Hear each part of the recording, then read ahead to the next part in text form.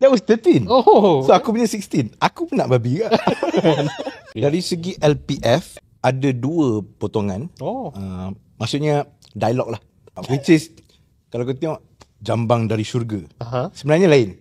Apa dia? Come on. Biarlah ia menjadi rahsia. Biarlah ia menjadi rahsia.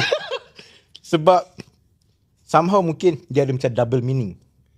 Okay. So aku rasa biar menjadi rahsia lah. Memang tak elok pun lah kan. So dah bertukar jadi Jambang dari Syurga, which is better. Orang suka kan.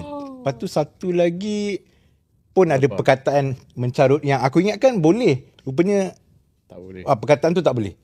Macam contoh bangsat sia semua boleh. Ada satu lagi perkataan aku ingatkan boleh, rupanya tak boleh. So kita tukar, kita dub balik perkataan lain lah.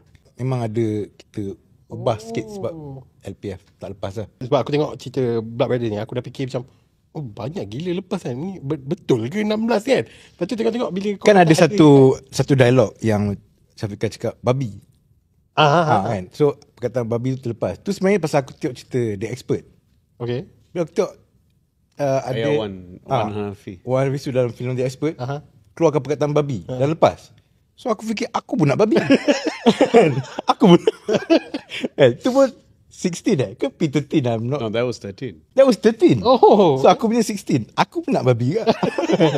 Tapi sebenarnya perkataan tu adalah binatang. Okay. Dia sebenarnya bukan carutan. It could be a lot kan. Tapi ada perkataan-perkataan lain yang tak boleh cakap. Contoh F. F word tak boleh. Baik, semua carut semua dalam bahasa Melayu ke? So far untuk 16 tahun punya klasifikasi tu ada yang boleh. Itu pun aku boleh nak cakap juga satu pasal ramai orang komplain kat aku yang bang, saya tengok wayang Blood Brother ni ada bayi menangis kat belakang. Aduh. Aku macam ya tuanku kan.